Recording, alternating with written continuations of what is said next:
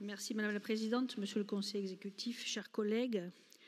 Quelques mots sur ce rapport. D'abord, en toute chose, il faut rester humble et cet adage vaut aussi et surtout en politique et dans l'action publique.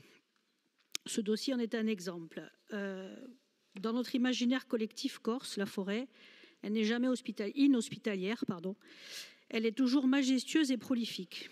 Donc je ne vais pas rentrer dans le détail du rapport, d'autres le feront bien mieux que moi, mais je voudrais souligner 3 éléments qui me paraissent importants, qui seront débattus sans doute après par mes collègues, dans cette future programmation. Le premier élément important, le Conseil exécutif l'a dit, c'est la notion de co-construction.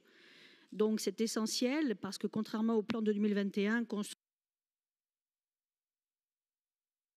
unilatéralement par l'État, on souligne ici la volonté affichée, non seulement affichée, mais démontrée par les faits, de la place de la démarche participative et de tous les acteurs et de leur implication dans ce secteur. Le deuxième élément qui saute aux yeux en lisant ce rapport, mais nous le savions, c'est l'importance de la forêt privée et la complexité de la tâche à accomplir.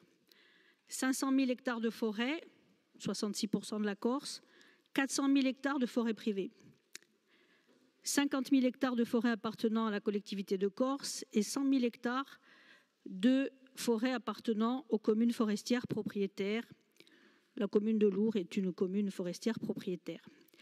Ce kaléidoscope de propriétaires va demander donc, Monsieur le Conseil exécutif, des politiques publiques d'accompagnement qui sont solides, qui vont être solides, vous l'avez présenté, complexes, techniques, mais aussi innovantes et surtout concrètes.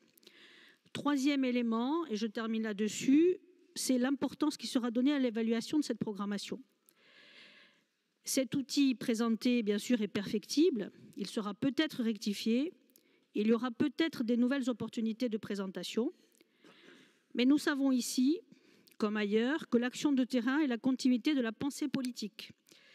Les plus belles idées, les plus beaux mots ne valent rien s'ils ne sont pas suivis de réalisation.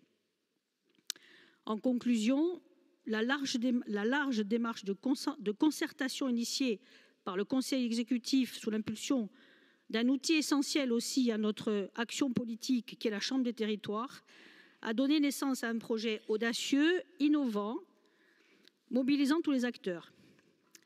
Ces mêmes acteurs doivent aujourd'hui désormais produire ensemble des outils de gestion, permettre la création d'emplois, développer la production et la transformation de cette ressource pour un objectif qui s'inscrit effectivement dans l'évolution institutionnelle de la Corse, une souveraineté retrouvée. Je vous remercie.